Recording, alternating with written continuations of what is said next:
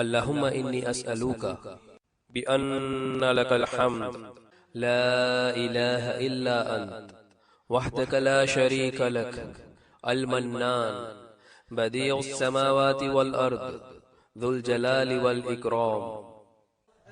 یا اللہ، میں تجھ سے سوال کرتا ہوں کیونکہ تیرے ہی لیے حمد ہے، تیرے سوا کوئی معبود برحق نہیں، تو اکیلا ہے، تیرا کوئی شریک نہیں، تو بہت احسان کرنے والا ہے، آسمانوں اور زمین کو بغیر مثال کے پیدا کرنے والا ہے، جلال اور عظمت والا ہے۔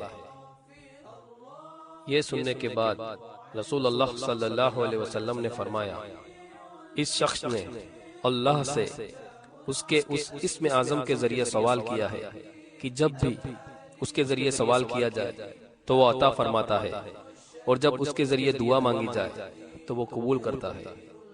سنن ابن ماجہ، حسن۔